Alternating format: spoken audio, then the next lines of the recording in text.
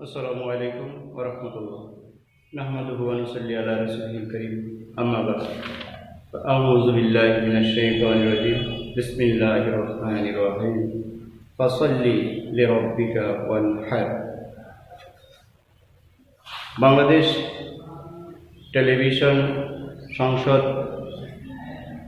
Bangladesh television এর মাধ্যমে আমার ঘরে আমার স্কুল অনুষ্ঠানে বিটগড় রাধানাথ উচ্চ বিদ্যালয়ের পক্ষ থেকে আমি মোহাম্মদ ইখলাস উদ্দিন স্বাগত জানাচ্ছি অষ্টম শ্রেণীর সকল শিক্ষার্থীবৃন্দকে ইসলাম ও নৈতিক শিক্ষা বিষয়ের পাঠদান অনুষ্ঠানে।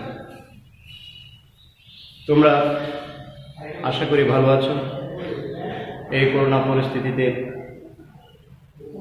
সবাই সতর্ক থাকবে, মাস্ক ব্যবহার করবে বাইরে গেলে, আর ঘন ঘন হাত ধুবে। যাক, বাংলাদেশের শিক্ষা ব্যবস্থায় করোনা পরিস্থিতির কারণে যে ঘাটতি হয়েছে সেই ঘাটতি পূরণ করবে সরকার অনলাইন শ্রেণী কার্যক্রমের যে ব্যবস্থাপনা নিয়েছে সেই ব্যবস্থাপনার ধারাবাহিকতায় আমি ইসলাম শিক্ষা পিরিয়ডের আজকে ইবাদত দ্বিতীয় অধ্যায়ের শিরোনাম ইবাদত এর পার্ট 8 কোরবানির বিষয়ে আলোচনা করতে যাচ্ছি। তোমরা ইতিপূর্বে জানতে পেরেছ, পূর্বের ক্লাসে অবগত হতে পেরেছ যে ইবাদত হলো আল্লাহ তাআলার হুকুম নবী সাল্লাল্লাহু আলাইহি সাল্লামের দেখানো পথ অনুযায়ী বাস্তবায়ন করাকে ইবাদত বলে। ইবাদত প্রথমত দুই প্রকার। ইবাদতে মালি, ইবাদতে বদনী, ইবাদতে মালি ও বদনী, তিন প্রকার। এরপরে ইবাদত মৌলিকভাবে দুটি শ্রেণীভাগে বিভক্ত। একটি হলো হকুল্লাহ, যা আল্লাহর হক, যেমন নামাজ, রোজা, হজ। আরেকটি হলো হাক্কুল ইবাদ, যেমন মানুষের সেবা করা, বৃক্ষরোপণ করা, সমাজের কল্যাণে আসে এরকম অনেক কাজ। যেমন একটা বিড়াল ছানা পানিতে পড়ে গেল, তাকে উদ্ধার করা, একজন মানুষকে অকারণে একজন অত্যাচারী অত্যাচার করছে, তার পক্ষে দাঁড়িয়ে তাকে অত্যাচার থেকে রক্ষা করার চেষ্টা করা, এই সবগুলোই ইবাদত। এর মধ্যে ইবাদত, ওই ইবাদতটা হকুল্লাহ, যে ইবাদতে শুধু আল্লাহ এবং বান্দা এই দুটি পক্ষ জড়িত, এখানে তৃতীয় পক্ষের কোনো সংস্রব নেই। যেমন নামাজ পড়লে বান্দা পরকালে জান্নাত পাবে, আল্লাহ খুশি হবেন। আর হাক্কুল ইবাদ হলো ওই ইবাদত যে ইবাদতে তৃতীয় পক্ষের লাভবান হওয়ার সুযোগ আছে। যেমন পিতামাতার খেদমত করলে পিতামাতা খুশি হবে, আর সন্তান জান্নাতবাসী হবে, আর আল্লাহ সন্তুষ্ট হবে। তাহলে হাক্কুল ইবাদের তিনটি শর্ত রয়েছে, হাক্কুল্লাহর মধ্যে দুটি শর্ত রয়েছে। পরিচয়বাচক দিক থেকে হাক্কুল্লাহ বোঝার জন্য যে দুটি পয়েন্ট আমি বলেছি ইতিপূর্বে তোমরা জানতে পেরেছ। আর হাক্কুল ইবাদের এই তিনটি পয়েন্ট, এইগুলি মনে রাখলে আমার মনে হয় যে কোনো ইবাদতকে তোমরা শ্রেণীবিভাগ করতে পারবে যে এটা হকুল্লাহ, এটা হাক্কুল ইবাদ। ধন্যবাদ প্রিয় শিক্ষার্থীবৃন্দ। সেই ধারাবাহিকতায় আজকে আমরা যে পার্ট 8 কুরবানি আলোচনা করতে যাচ্ছি, এই কুরবানিটি তোমরা নিশ্চয় বুঝতে পেরেছ এটা হাক্কুল্লাহ এর অংশের মধ্যে পড়েছে। যেমন কুরবানি করলে আল্লাহ তাআলা সন্তুষ্ট হবেন, বান্দা কুরবানির বিনিময়ে আল্লাহ সন্তুষ্টি অর্জন করে জান্নাতবাসী হতে পারে। সুতরাং আমি এই কুরবানির বিষয়ে আজকে তোমাদের সামনে আলোকপাত করতে যাচ্ছি। প্রথমে আমরা কুরবানির শব্দের পরিচয়, উৎপত্তিগত দিক নিয়ে আলোচনা করব। কুরবানি শব্দটি বাংলা ভাষায় একটি রচিত শব্দ। এটা বাংলার শাব্দিক অর্থ হলো উৎসর্গ করা। আরবি প্রতিশব্দ হলো উজহিয়া। উজহিয়া শব্দের বাংলা অর্থ উৎসর্গ করা। উর্দু ফার্সি ভাষায় কুরবানি শব্দটা বাংলা ভাষায় হিসেবে গৃহীত হয়েছে। সুতরাং উজহিয়া শব্দের বাংলা অর্থ আমরা বুঝি উৎসর্গ করা, আর এটাকে কুরবানি হিসেবে আমরা খুব সহজে বুঝে ফেলি। শিক্ষার্থী বন্ধুরা, কুরবানি এর শাব্দিক অর্থ জানলাম, এবার আমরা জানব কুরবানির পারিভাষিক সংজ্ঞা কি। কুরবানির পারিভাষিক সংজ্ঞা হলো 10 তারিখ সকাল থেকে 12 তারিখ সন্ধ্যা পর্যন্ত আল্লাহর নৈকট্য লাভের জন্য যে হালাল পশু জবাই করা হয় তাকেই বলা হয় কুরবানি। তাহলে সারা বছর আমরা যে চতুষ্পদ জন্তু জবাই করি সেগুলো কুরবানি না, সেগুলা জবাই বলে, আল্লাহর নামে জবাই করি, সেগুলো হালাল হয়, খাওয়া যায়। কিন্তু কুরবানি হতে হলে আমরা কি জানতে পারলাম যে 10 তারিখ সকাল থেকে, এবং সকাল ঈদের নামাজের আগে করলে আবার কুরবানি হবে না। শরীয়তের নির্দেশনা অনুযায়ী 10ই জিলহজ্জের সকালবেলা ঈদের নামাজ আদায়ের পর থেকে 12ই জিলহজ সন্ধ্যা পর্যন্ত কুরবানি করলে, হালাল চতুষ্পদ জন্তু জবাই করলে সেটা কুরবানি হবে। তবে প্রথম দিন কুরবানি করা হলো সর্বোত্তম। আল্লাহর নবী সাল্লাল্লাহু আলাইহি সাল্লামকে আল্লাহ সুবহানাহু ওয়া তাআলা পবিত্র কালামে পাকে সূরা কাউসারের মধ্যে ঘোষণা করেছে, আউযু বিল্লাহি মিনাশ শাইতানির রাজীম, বিসমিল্লাহির রহমানির রহিম, ফাসাল্লি লিরাব্বিকা ওয়ানহার। অতঃপর ও নবী, আপনি আল্লাহর ইবাদত করুন, নামাজ আদায় করুন, ফাসাল্লি লিরাব্বিকা ওয়ানহার, এবং আল্লাহর সন্তুষ্টির জন্যই কুরবানি করুন। সুবহানাল্লাহ। নবী করিম সাল্লাল্লাহু আলাইহি সাল্লাম হাদিস শরীফে ইরশাদ ফরমান, রাসূল সাল্লাল্লাহু আলাইহি ওয়াসাল্লাম বলেছেন, সামর্থ্য থাকা সত্ত্বেও যে ব্যক্তি কুরবানি করল না সে যেন আমাদের ঈদগাহের নিকটবর্তী না হয়। ইবনে মাজাহ শরীফে এই হাদিসটি এসেছে। আল্লাহর নবী সাল্লাল্লাহু আলাইহি সাল্লাম আরও ইরশাদ ফরমান, কুরবানির দিনে কুরবানির রক্ত প্রবাহিত করার চেয়ে প্রিয় কাজ আল্লাহর নিকট আর কিছুই নেই। সুবহানাল্লাহ। তাহলে কুরবানির দিন এই যে রক্ত প্রবাহিত করা, হালাল পশু রক্ত প্রবাহিত করা, আল্লাহর নামে হালাল পশু রক্ত প্রবাহিত করা সর্বোত্তম ইবাদত। এটা হলো ফজর এবং জোহর, আসর, মাগরিব, এশা, ওই ফরজ নামাজগুলির তো আছেই, সেগুলি আল্লাহর নির্ধারিত ইবাদত। এরপরে যত নফল ইবাদত, যত ওয়াজিব সুন্নত, যত নফল অতিরিক্ত ইবাদত আছে, এর মধ্যে সবচাইতে প্রিয় কাজ হলো কুরবানির দিন কুরবানি করা। সুবহানাল্লাহ। তাহলে কুরবানি সম্পর্কে আমরা কোরআন এবং হাদিস থেকে যে নসুস, যে বিধিবিধান আমরা জানতে পারলাম, তাতে আমরা হৃদয়ঙ্গম করতে সক্ষম হয়েছি। কুরবানি অতিশয় আল্লাহর সন্তুষ্টি লাভের একটা মাধ্যম। আল্লাহর সন্তুষ্টি অর্জন করার জন্য এই মাধ্যমটিকে, কুরবানিকে আল্লাহ সুবহানাহু ওয়া তাআলা কোরআনে যে নির্দেশনা দিয়েছেন এবং নবী করিম সাল্লাল্লাহু আলাইহি ওয়াসাল্লাম যে তাকিদ করেছেন, তার ভিত্তিতে ইসলামী শরীয়তে কুরবানি করাকে ওয়াজিব হিসেবে স্থান দেওয়া হয়েছে। আল্লাহ সুবহানাহু ওয়া তাআলার আদেশ এবং নবী সাল্লাল্লাহু আলাইহি ওয়াসাল্লামের তাকিদের ভিত্তিতে কুরবানি করা উম্মতের উপর কিয়ামত পর্যন্ত ওয়াজিব। এই কুরবানি করতে গেলে কুরবানির পশুর একটা যোগ্যতা থাকা চাই। যে কোনো পশু কুরবানি করলে হবে না। সুন্দরবন থেকে একটা হরিণী বিনামূল্যে ধরে এনে কুরবানি করলে, জবাই করলে সেটা কুরবানি হয়ে যাবে না। এটার একটা আর্থিক মূল্য থাকতে হবে। বাজার থেকে বা যে কোনো ব্যক্তির কাছ থেকে ন্যায্য মূল্যের বিনিময়ে, অথবা নিজের গৃহপালিত পশু হলেও চলবে, চতুষ্পদ জন্তু হতে হবে। এবং সেই জন্তুগুলা কোন কোন জন্তুগুলো হবে সেটাও আমি বলে দিচ্ছি। সুস্থ সবল ছাগল, বেড়া, দুম্বা, গরু, মহিষ, উট ইত্যাদি গৃহপালিত পশু দ্বারা কোরবানি করতে হয়। তাহলে এগুলো আর্থিক মূল্য আছে। নিজের গৃহপালিত পশু দিলেও যে মূল্য, বাজারে বিক্রি করলে একটা টাকার পরিমাণ হবে, মনে একটা একটা স্যাক্রিফাইস আসবে, এতগুলি টাকা আমি আল্লাহর সন্তুষ্টির জন্য ত্যাগ করলাম। বাজার থেকে একটা পশু কিনে আনলেও সেটা একটা আর্থিক মূল্য দিয়ে কিনে আনতে হবে। তাই সুন্দরবন থেকে হরিণী শিকার করে এনে জবাই করে দিলে সেটা কোরবানি হবে, কারণ এটার আর্থিক মূল্য, এটা নিজের থেকে একটা স্যাক্রিফাইস আসলো না। কোরবানি শব্দের অর্থই হলো উৎসর্গ করা।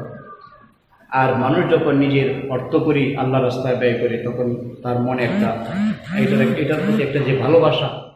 শিক্ষার্থী বন্ধুরা, আমি বলছিলাম যে কোরবানির পশুর যোগ্যতা কী সেটা আমাদের এখন জানা থাকা দরকার। কোরবানির যে পশুগুলো আমি বলেছিলাম, ছাগল, ভেড়া, দুম্বা, গরু, মহিষ, উট ইত্যাদি, এই পশুগুলোর মধ্যে ছাগলের বয়স কমপক্ষে 1 বছর হতে হবে, গরু ও মহিষ কমপক্ষে 2 বছর হতে হবে, এবং উটের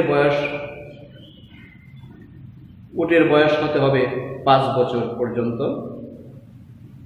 এর মধ্যে দুম্বা ও দুম্বার ক্ষেত্রে বলা হয়েছে যে যদি 6 মাসের দুম্বা 1 বছরের দুম্বার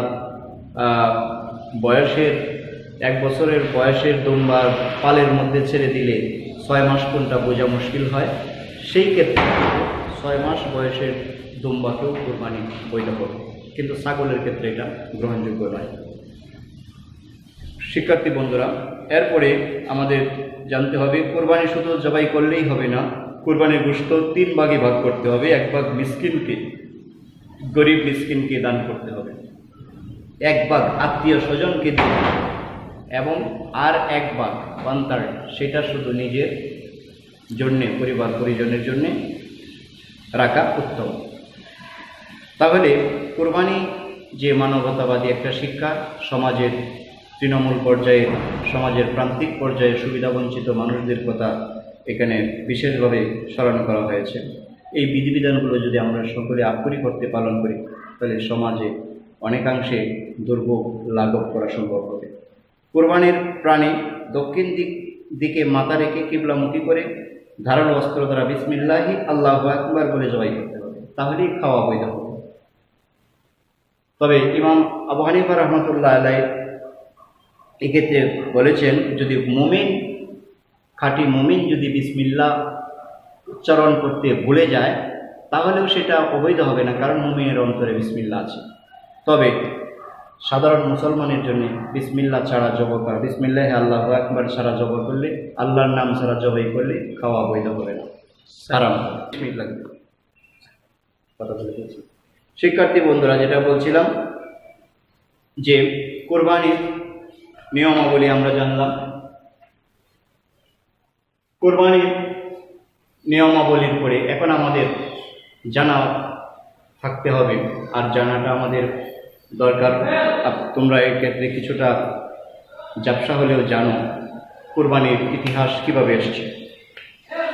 আল্লাহর নবী ইব্রাহিম আলাইহিস সালাম তার প্রিয় সন্তান ইসমাইলকে কোরবানি করেছিলেন। সেখান থেকে কোরবানি উম্মতের উপরে ওয়াজিব হওয়ার, এই উম্মতের মুহাম্মদের উপরে ওয়াজিব হয়েছে, যেহেতু আমরা ইব্রাহিম আলাইহিস সালামের জাতি, মিল্লাতা আবিকুম ইব্রাহিমা হুয়া সাম্মাকুমুল মুসলিমিন। কোরআনের এই আয়াত অনুযায়ী আমরা ইব্রাহিমি মিল্লাতের মাঝে আছি। ইব্রাহিম আলাইহিস সালাম আল্লাহর পক্ষ থেকে দেখানো স্বপ্নে দেখেছিলেন প্রিয় বস্তু কোরবানি করতে। 1, 2, 3 100 উট কোরবানি করলেও পরে আবার আল্লাহ তাআলা এভাবে দেখালেন। তৃতীয় দিন তিনি সিদ্ধান্ত নিলেন যে আমার তো সবচেয়ে প্রিয় বস্তু হলো ইসমাইল। ওনার বয়স তখন 80 বছর। 80 বছর বয়সে আল্লাহ সুবহানাহু ওয়া তাআলা ওনাকে পুত্র সন্তান দান করলেন ইসমাইল। 10 বছর হলো, এমন সময় আল্লাহ তাআলা স্বপ্ন দেখালেন প্রিয় বস্তু কোরবানি করতে। তাই এই 80 পর বৃদ্ধ হয়েও আল্লাহর বান্দা, আল্লাহর নবী ইব্রাহিম আলাইহিস সালাম তার সন্তান ইসমাইলকে কোরবানি করার জন্য কাবার প্রান্তরে গেলেন। সেখানে 10 বছর আগেই বিবি হাজরা সহ ইসমাইলকে তিনি নির্বাসনে দিয়েছিলেন আল্লাহর হুকুমে। সেখান থেকে ইসমাইল আলাইহিস সালামকে সাজিয়ে গুজিয়ে কোরবানি দেওয়ার জন্য যখন নিলেন, শয়তান 2-3 জায়গা প্ররোচনা দিয়েছিল, ইসমাইল তোমাকে কোরবানি করতে নিয়ে যাচ্ছে। ইসমাইল আলাইহিস সালাম শয়তানকে অতিশয় রাগান্বিত হয়ে ঢিল মেরেছিলেন। দূর হ শয়তান, পিতা কি কোনো সন্তানকে কুরবানি করতে পারে? এটা তোর ওসওয়াসা। যাক, শেষ পর্যন্ত ইসমাইল আলাইহিস সালামকে কুরবানি করার জন্য উদ্যত হলেন। ইসমাইল আলাইহিস সালামকে শোয়াইলেন, ধারালো ছুরি চালাইলেন, কিন্তু গলা কাটছেন। তিনি অনেকটা গর্দমাক্ত হয়ে ছুরিটা ছুঁড়ে ফেললেন, পাথরের উপরে পড়ল, পাথরটা কেটে গেল। ইসমাইল আলাইহিস সালাম বললেন, আব্বা হুজুর, আপনি হয়তো আমার পিতা, আমার প্রতি আপনার ভালোবাসা অধিক, এ কারণে আমার গলায় ছুরি চালানোর সময় আমার চোখে চোখে যখন আপনার চোখ করে, তখন মায়া মমতার একটা ব্যাপার আছে। এই কারণে হয়তো আপনি মমতাহীনভাবে ছুরি চালাইতে পারতেছেন না, আপনার চোখটি বেঁধে নিন। ইনশাল্লাহ আমি ধৈর্যশীলের মধ্যে থাকবো। সুবহানাল্লাহ। ইব্রাহিম আলাইহিস সালাম চক্ষু বেঁধে যখন আবার ছুরি চালাইলেন, তখন আল্লাহ সুবহানাহু ওয়া তাআলা ফেরেশতাকুলকে জানিয়ে দিলেন, ইব্রাহিম আলাইহিস সালামের পরীক্ষার ফলাফল ঘোষণা করে দিলেন। ইব্রাহিম আলাইহিস সালাম উত্তীর্ণ হয়ে গেলেন।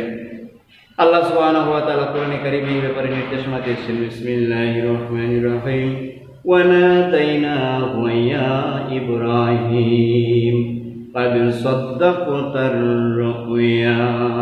সাদাকাল্লাহুল আযীম। এরপরে ফেরেশতা জিবরাইল আমিন আলাইহিস সালাম আল্লাহর পক্ষ থেকে একটি দুম্বা এনে ছুরির নিচে ধরলেন।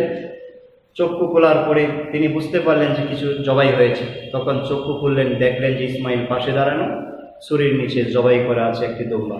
সুবহানাল্লাহ, সুবহানাল্লাহ। সেই থেকে উম্মতে মুহাম্মদী উপরে সেই আদর্শকে বাস্তবায়ন করার জন্য উম্মতে মুহাম্মদী কুরবানি করে আসছে। এর অর্থ হলো এই যে আমরা প্রয়োজনে নিজের রক্তও আল্লাহ তোমার সন্তুষ্টির জন্য প্রবাহিত করতে রাজি আছি।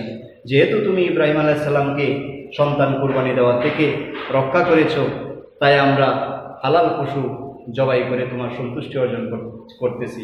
প্রয়োজনে আমরা নিজের রক্তও তোমার জন্য বিলিয়ে দিতে রাজি আছি। এই হলো কুরবানির শিক্ষা। সুপ্রিয় শিক্ষার্থীবৃন্দ, কুরবানির এই শিক্ষা, এই পটভূমি থেকে আমরা একটা শিরোনামে আসতে পারি। আল্লাহ সুবহানাহু ওয়া তাআলা কুরবানির গোশত খায় না, কুরবানির রক্ত, চামড়া, কোনো কিছুই আল্লাহর দরকার নেই। কিন্তু আল্লাহর কাছে যা দরকার সেটা হলো বান্দা আল্লাহর সন্তুষ্টির জন্যে বিশাল অঙ্কের টাকা, প্রিয় বস্তু আল্লাহর সন্তুষ্টির জন্যে উৎসর্গ করতে পারে কিনা। ইব্রাহিম আলাইহিস সালাম সেই কাজটাই করেছিলেন।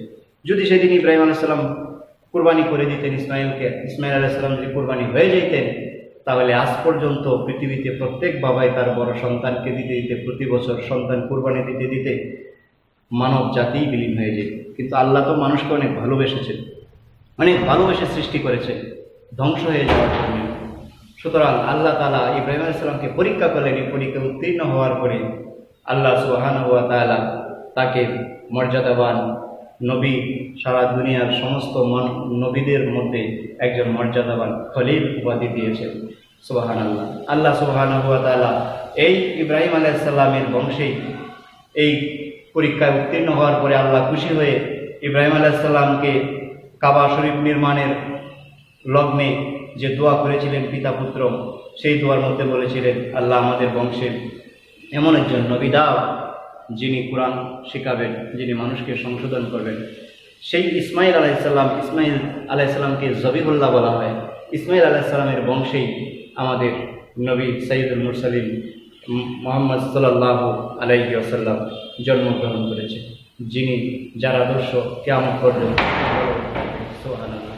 আল্লাহ সুবহানাহু ওয়া তাআলা সেই ইসলামের পরিসমাপ্তি ঘটিয়েছেন আমাদের নবী পাক সাল্লাল্লাহু আলাইহি ওয়াসাল্লামের মাধ্যমে। আল্লাহ ঘোষণা করেছেন, বিসমিল্লাহির রহমানির রহিম, আল-ইয়াওমা আকমালতু লাকুম দীনাকুম ওয়া আতমামতু আলাইকুম নি'মাতি ওয়া রাযীতু লাকুমুল ইসলাম দীনা। শিক্ষার্থী বন্ধুরা, তাহলে আমরা সেই কুরবানির পটভূমি জানলাম। এখান থেকে আমাদের এখন একটা সামারাইজ আসবো, কী কী প্রশ্নগুলি এখান থেকে বেশি জরুরি। প্রথমত, পরীক্ষা যে আসতে পারে, উজহিয়া কুরবানি এর আরবি প্রতিশব্দ কি? এই প্রশ্নটা নৈর্ব্যক্তিক এবং সৃজনশীলের ক নাম্বার জ্ঞানমূলক প্রশ্নে অতীব জরুরি। তারপরে আরেকটা বিষয় যেটা আমাদের কুরবানির উজহিয়া এর পারিভাষিক সংজ্ঞা, কুরবানির পরিচয় দাও। এভাবে প্রশ্নটা আসলে অনুধাবন স্তরের প্রশ্ন হবে, কুরবানি বলতে কি বুঝো? তাহলে আমরা বলবো যে কি বলবো, ওই জিলহজ সকাল থেকে অর্থাৎ ঈদের নামাজের পর থেকে 12ই জিলহজ সন্ধ্যা পর্যন্ত সময়ে হালাল চতুষ্পদ জন্তু আল্লাহর সন্তুষ্টির জন্য জবাই করাকে কোরবানি বলা হয়। তারপরে কোরবানির মধ্যে কি পশু বৈধ এবং কোরবানির হুকুম কি, এই প্রশ্নটাই আসতে পারে। কোরবানি করা কি ওয়াজিব, সুন্নাত, ফরজ, নফল?